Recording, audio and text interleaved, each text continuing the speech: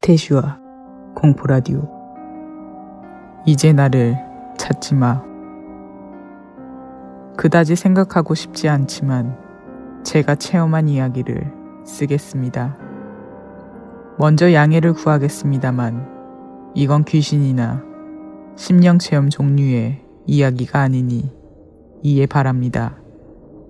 장문이지만 부디 들어주세요. 4년 전 20살이었던 제가 회사를 다니고 있을 때쯤의 일입니다. 제 이름은 가명으로 요코라고 하겠습니다. 회사 외벽에 복구 작업을 하러 왔던 한 남자와 저는 지인이었습니다. 이 남자는 가명으로 오노라고 하겠습니다.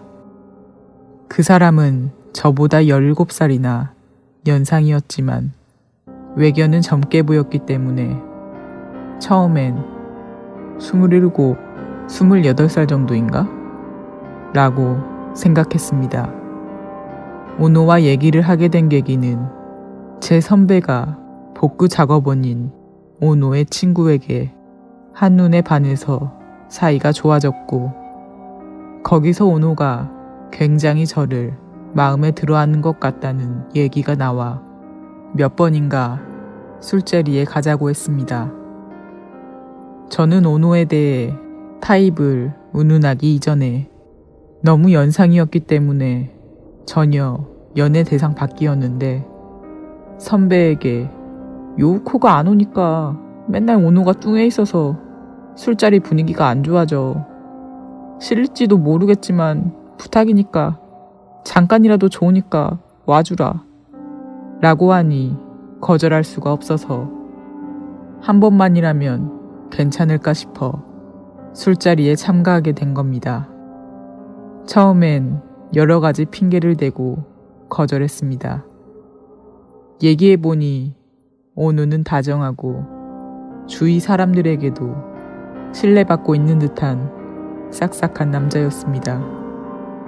처음엔 모두와 함께 시시한 잡담으로 들떠 있었는데 술자리가 무르익자 계속해서 잇따라 오노에게 질문 세례를 받았습니다. 요코짱은 남자친구 있어? 요코짱은 맨날 어디서 놀아? 요코짱은 술 어떤 게 좋아? 요코짱은 지금까지 몇 명하고 사귀어봤어? 요코짱, 요코짱, 요코짱, 요코짱, 요코짱, 요코짱. 저는 슬슬 넌덜머리가 나서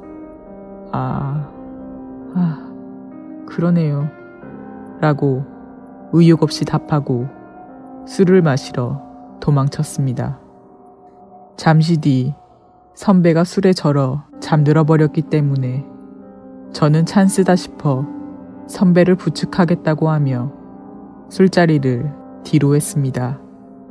그날은 딱히 아무 일도 없었지만 다음날 일이 휴가여서 집에서 느긋하게 쉬고 있으니 핸드폰에 메일이 왔습니다.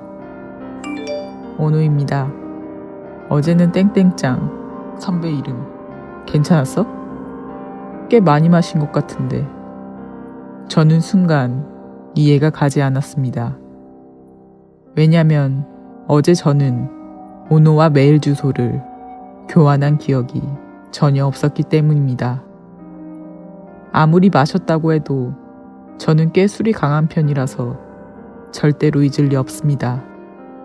저는 오노에게 어떻게 메일 주소를 알았냐고 추궁한 결과 오노는 이렇게 말했습니다. 미안.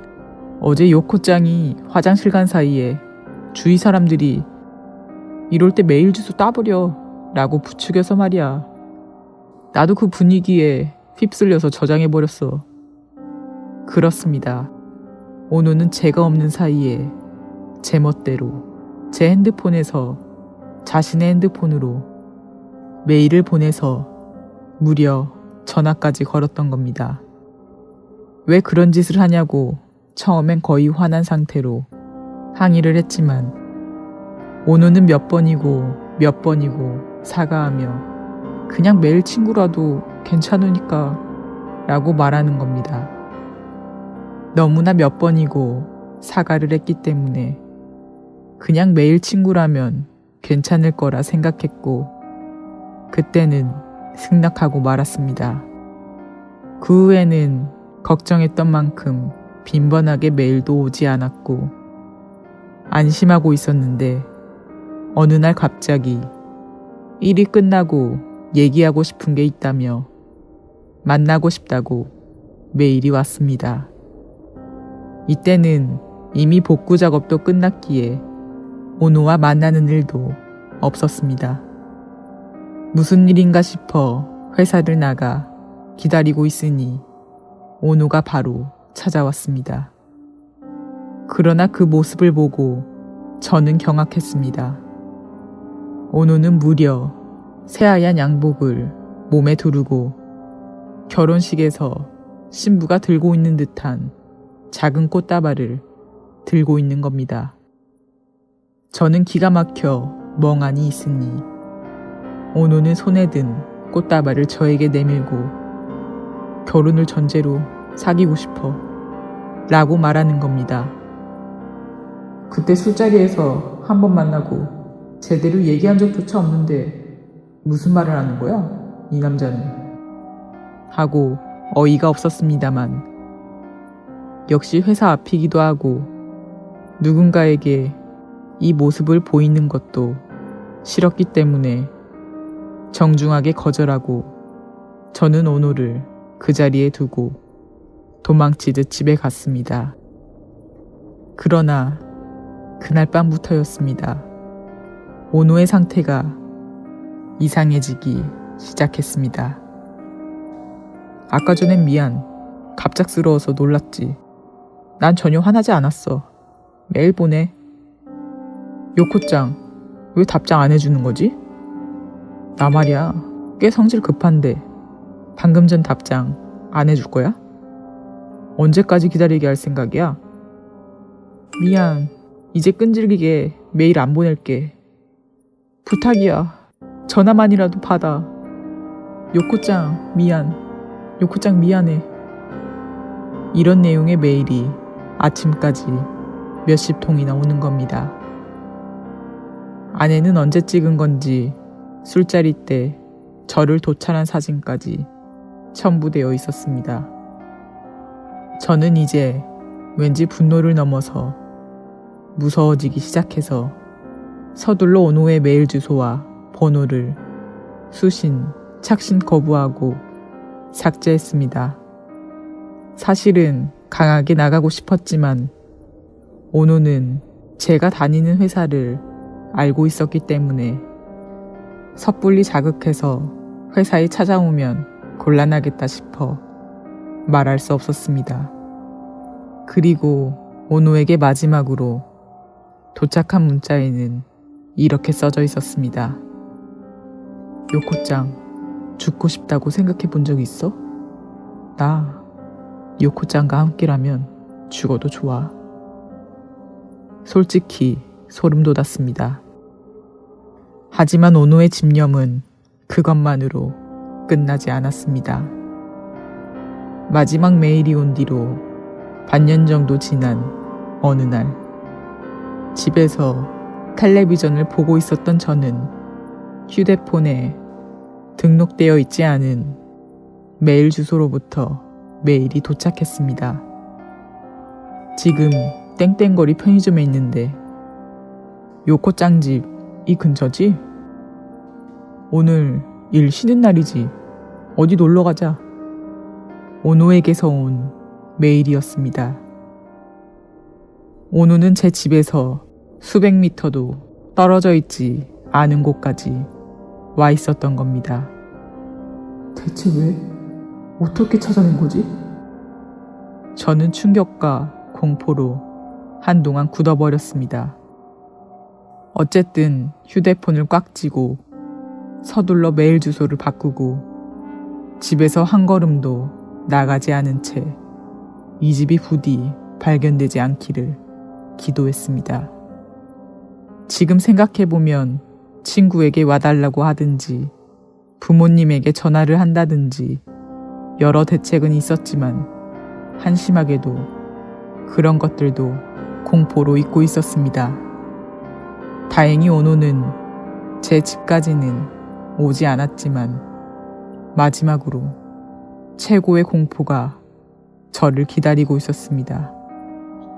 메일 주소도 바꾼 덕인지 그 뒤로 일절 착신도 없었기 때문에 저는 어느샌가 오노에 대해서도 잊어가고 있었습니다. 이따금 떠올릴 때는 선배와 정말로 그 녀석 너무 위험해. 요우코도 힘들었겠다. 그런 녀석일 줄은 생각도 못했어. 라며 이야기 소재거리로 삼는 정도였습니다. 선배는 저에게 오노를 소개시켜준 것에 대해 정말로 미안하다고 말해줬습니다. 그런 어느 날 선배와 함께 쉬고 있었을 때의 일입니다. 선배가 휴대폰을 보고 갑자기 어두운 표정이 되는 겁니다. 왜 그러세요, 선배? 오늘 아침부터 계속 모르는 번호로 말없이 끊어버리는 전화가 와. 착신 거부해도 또 다른 번호로 걸려오고. 뭘까 이거? 그런 거 따끔하게 말해주는 편이 좋다고요. 제가 대신 받을까요? 미안해. 저는 선배 휴대폰에 통화 버튼을 누르고 전화를 받았습니다. 예상대로 전화 상대는 계속 말이 없었습니다. 여보세요? 여보세요? 저는 열받아서 상대에게 큰 소리 쳤습니다. 이 새끼야, 아까부터 더럽게 끈질기네. 이름 말해, 임마. 드디어 받았구나. 요코짱. 잘 지내? 목이 잠긴 오노의 목소리였습니다.